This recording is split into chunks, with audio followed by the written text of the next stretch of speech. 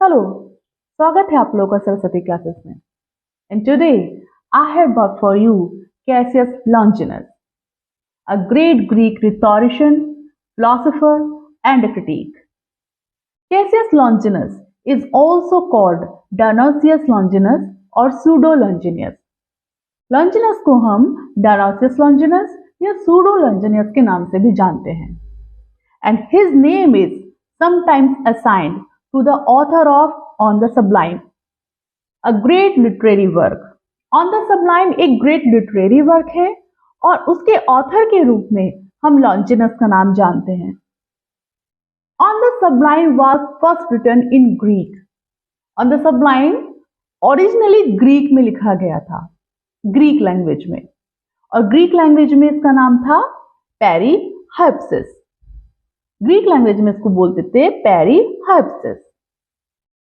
On the Sublime is a treatise on the aesthetics and literary criticism, and it was originally written in Greek between the 1st and 3rd century AD. On the Sublime 1st और 3rd century के बीच में लिखा गया है और इसके लेखक के रूप में नाम आता है कैसियस लॉन्जिनस का. On the Sublime is written in epistolary form. Epistolary form means in the form of letters. Letters के रूप में लिखा गया है on the Sublime. और ये किसको एड्रेस किए गए हैं letters? To Postumius Terentius. And who was Postumius Terentius? Postumius Terentius Cassius Longinus के friend थे. And he writes to his friend Postumius Terentius about the principles of great writing, and most essential principle of great writing is that it takes the reader out of himself. लॉन्जिनस ने ये letters अपने friend पोस्टुमियस टेरेंटियस को लिखे थे, जिसमें उन्होंने उनको बताया कि ग्रेट लिटरेरी वर्क क्या होता है, great literary work, a sublime work of literature क्या होता है, वो वर्क जो आपको इस दुनिया से दूसरी दुनिया में ले जाए. That is called sublime work. On the Sublime was a response to a work of that period by Cecilius of Chalcedon, a Cilician rhetorician. एक रोम के फिलोसोफर थे जिनका नाम था सेसिलियस ऑफ कैलकेट. उनके वर्क के रेस्पॉन्स में कैसियस लॉन्जिनस ने ये वर्क ऑन द सबलाइम लिखा था. आपको कुछ बातें ध्यान में रखनी होंगी. एक तो ये कि ये सबसे पहले ग्रीक में लिखा गया था और ग्रीक में इस वर्क का नाम था पेरीहाइप्सिस. सेकंड, ये एपिस्टोलरी फॉर्म में लिखा गया है और ये किसको एड्रेस किया गया है? पोस्टुमियस टेरेंटियस को. और थर्ड, ऑन द सबलाइम लिखा गया था किसके रेस्पॉन्स में? जो सेसिलियस ऑफ कैलकेट थे, रोम के एक फिलोसोफर थे, उनके वर्क के रेस्पॉन्स में ये वर्क लिखा गया था. आगे बढ़ते हैं. On reading On the Sublime, critics have determined that the ancient philosopher and writer Plato is a great hero to Longinus. यदि हम On the Sublime पढ़ें लॉन्जिनस का वर्क, तो हम पाएंगे कि इसमें प्लेटो का काफी इम्पैक्ट है. प्लेटो की थिंकिंग का, उनकी फिलॉसफी का काफी प्रभाव है इस वर्क पर. Nicolas Boileau's translation of On the Sublime into French in 1674 made Longinus philosophy accessible to Europeans. ये जो वर्क है On the Sublime, इसको निकोलस बॉलियो ने फ्रेंच लैंग्वेज में ट्रांसलेट किया था इन 1674. ईयर याद रखेंगे आप लोग, 1674 फ्रेंच में ट्रांसफॉर्म किया था निकोलस बॉलियो ने. आगे बढ़ते हैं. And in 1757 Irish philosopher Edmund Burke, Ireland के एक फिलोसोफर थे जिनका नाम था एडमंड बर्ग, उन्होंने एक बुक लिखी, a philosophical inquiry into the origins of our feeling of the sublime and beautiful. उनकी बुक का नाम है ये. And in this book he made a clear distinction between the beautiful and the sublime. उन्होंने beautiful literary work और sublime literary work में distinction बताई. Beautiful literary work के की सोर्सेज हैं क्या? Smallness, symmetry, smoothness, delicacy, brightness of colour. कोई भी लिटरेरी वर्क जो सुंदर है, दैट इज ब्यूटीफुल, जरूरी नहीं है कि वो सबलाइम भी हो। सबलाइम वर्क होने के लिए उस वर्क में क्या गुण होने चाहिए, क्या की कैरेक्टरिस्टिक्स है उस वर्क के? These are vastness, rigidness, darkness and power. ये वर्क ऐसा होना चाहिए जो हमको एक मैजिक में स्पेल बाउंड कर ले, इस संसार से हमें दूसरे संसार में ले जाए। Burke argues that these features produce in us a sense of terror, which is key to an experience of the sublime. और ये जो कैरेक्टरिस्टिक्स हैं सबलाइम वर्क के, ये हमारे मन में एक भाव पैदा करते हैं, ऑ और टेरर का, और हम स्पेल बाउंड हो जाते हैं, एक जादू में बंध जाते हैं, मोहपाश में बंध जाते हैं, और तब हम फील करते हैं उस सब्लिमिटी को, उस सबलाइम वर्क को हम फील करते हैं। ऑ और टेरर का भाव हमारे अंदर जागृत हो जाता है इस वर्क को पढ़कर। What is सब्लिमिटी? सब्लिमिटी से आप क्या समझते हैं? Sublimity is a kind of loftiness, एक तरह की उच्चता, एक तरह की उत्तमता, that is called sublimity. Sublimity is a certain loftiness, distinction and consummation of excellence in language, expression and composition. जब लिटरेरी वर्क की लैंग्वेज में, उसके डिक्शन में, उसके कंपोजिशन में एक तरह की उत्तमता, एक तरह की गंभीरता, एक तरह की विशिष्टता होती है, तो हम उसे कहते हैं सब्लिमिटी, कि ये वर्क सबलाइम वर्क है। It is the echo of a great soul. It raises style above the ordinary. Ordinary से उच्च कोटि की होती है। Some persons are of the view that sublimity is a gift of nature. They think that it has nothing to do with art. कुछ लोगों का ये मत है कि जो सबलाइम वर्क लिख रहा है, वो लेखक, वो राइटर गॉड गिफ्टेड होता है, उसके अंदर सब्लिमिटी खुद से होती है, नेचर से मिली हुई होती है उसको सब्लिमिटी। इतना सबलाइम वर्क लिखने की जो उसके गुण है, जो उसकी विशेषता है, वो गॉड गिफ्टेड है, इनबिल्ट है उनके अंदर।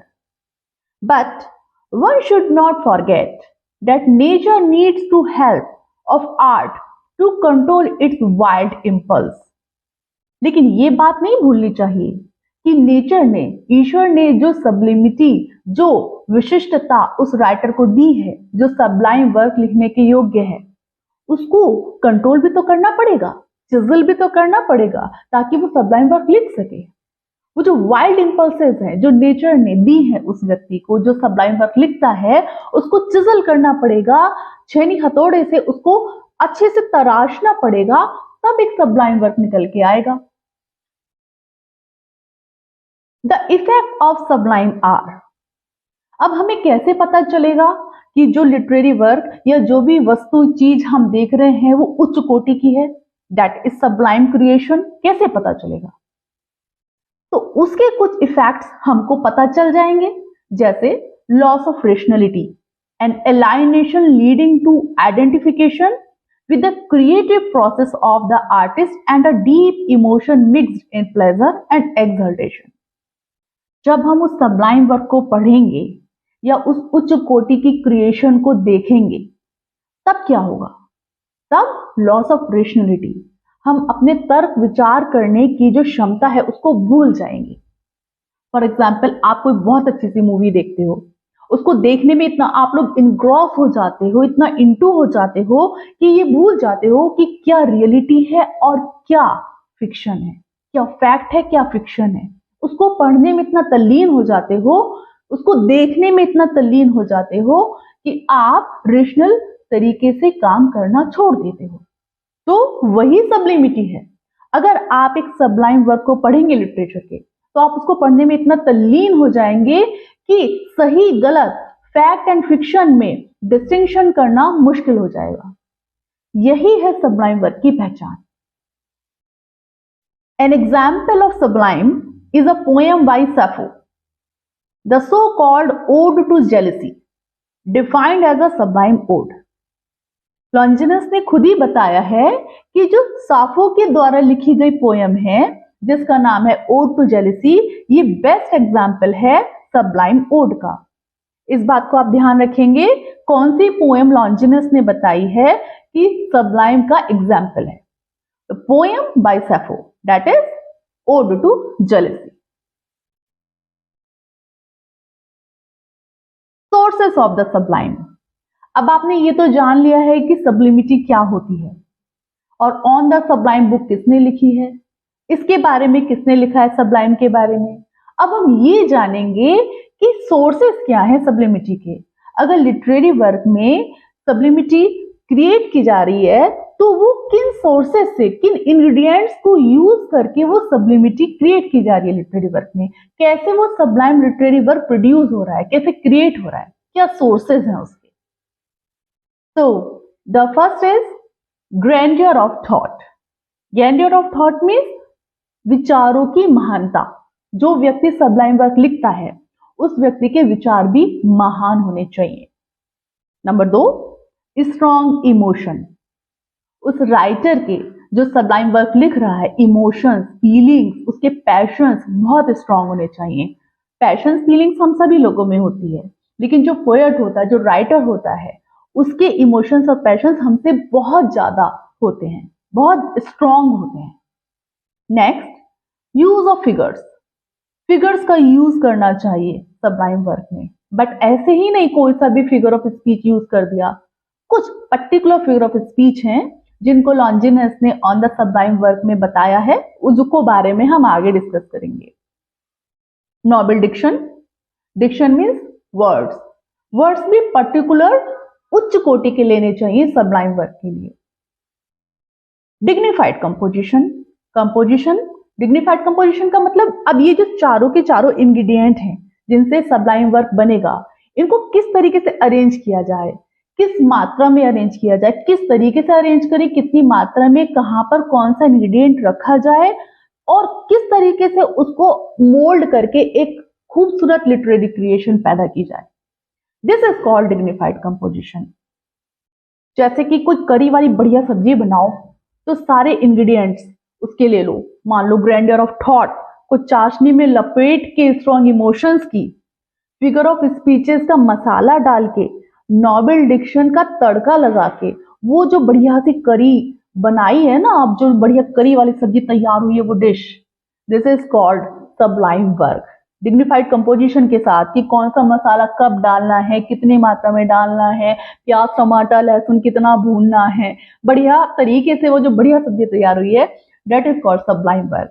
इसी तरह लिटरेचर में है, ये सारे के सारे इंग्रेडिएंट्स मिला के, जैसे beautiful thoughts, grandeur of thoughts, strong emotions, figures of speech, noble diction, इन सभी को तरीके से लगा के जो एक वर्क, लिटरेरी वर्क कंपोज किया जाता है, वो सबलाइम वर्क बनता है।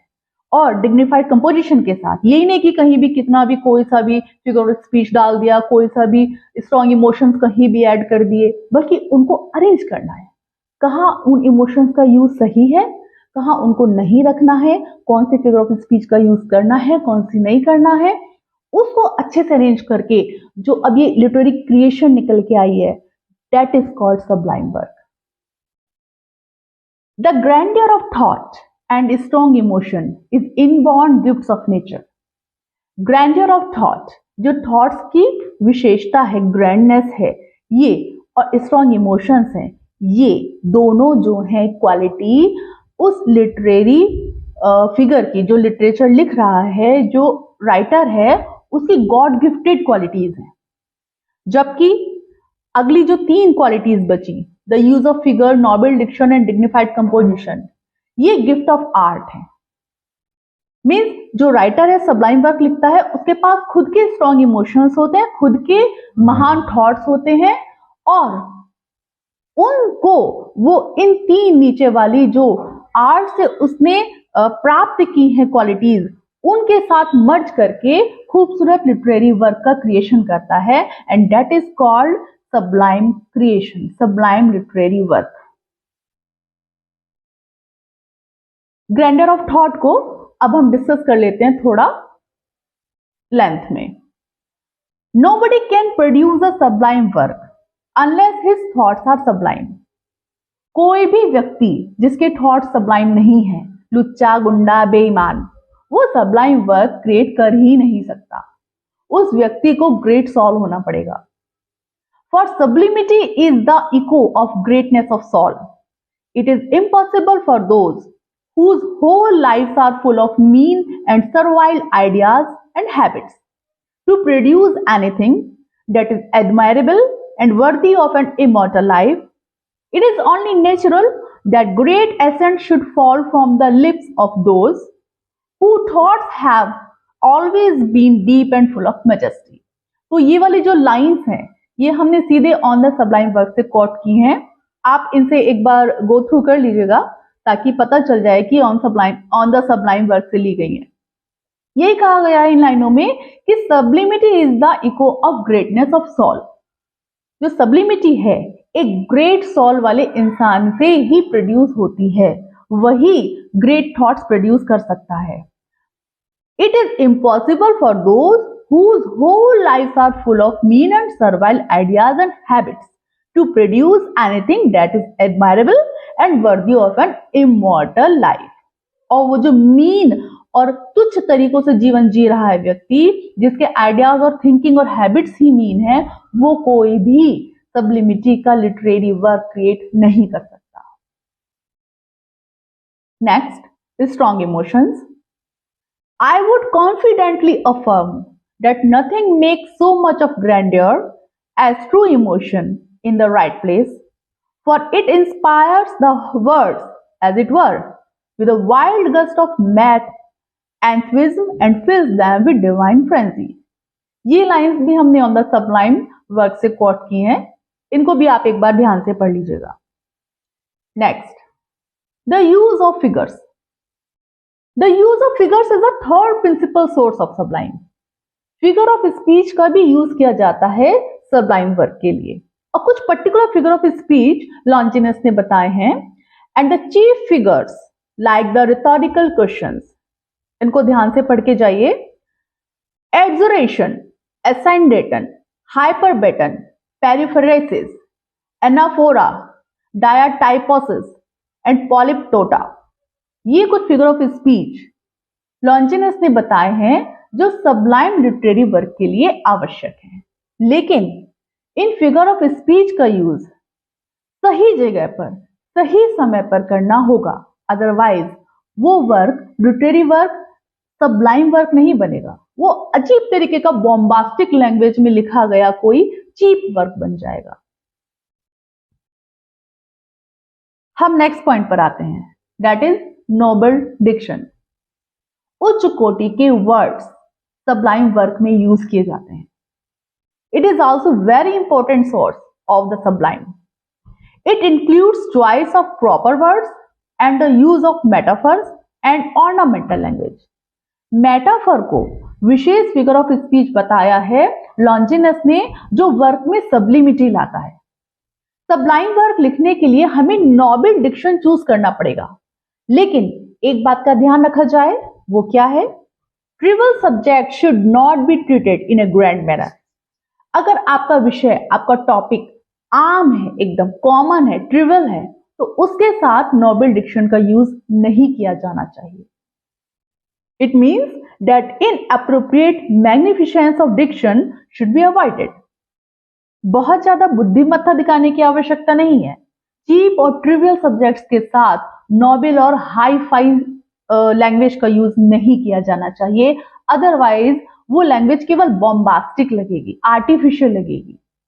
तो सही सब्जेक्ट के साथ सही नोबल डिक्शन का प्रयोग करना लिटरेरी वर्क की सब्लिमिटी को बढ़ाता है. The final topic comes, that is dignified composition. Dignified composition or the harmonious arrangement of words is the fifth source of the sublime.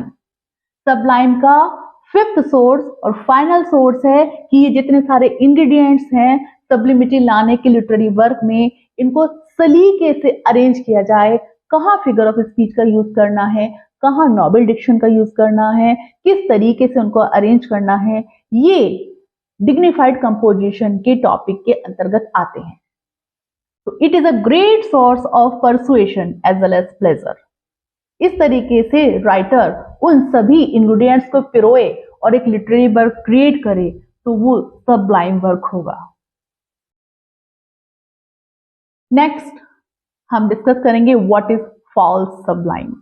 अब ये जो हमने डिस्कस किया ये तो ट्रू सबलाइम के बारे में डिस्कस किया, लेकिन अब हम बताते हैं व्हाट इज फॉल्स सबलाइम।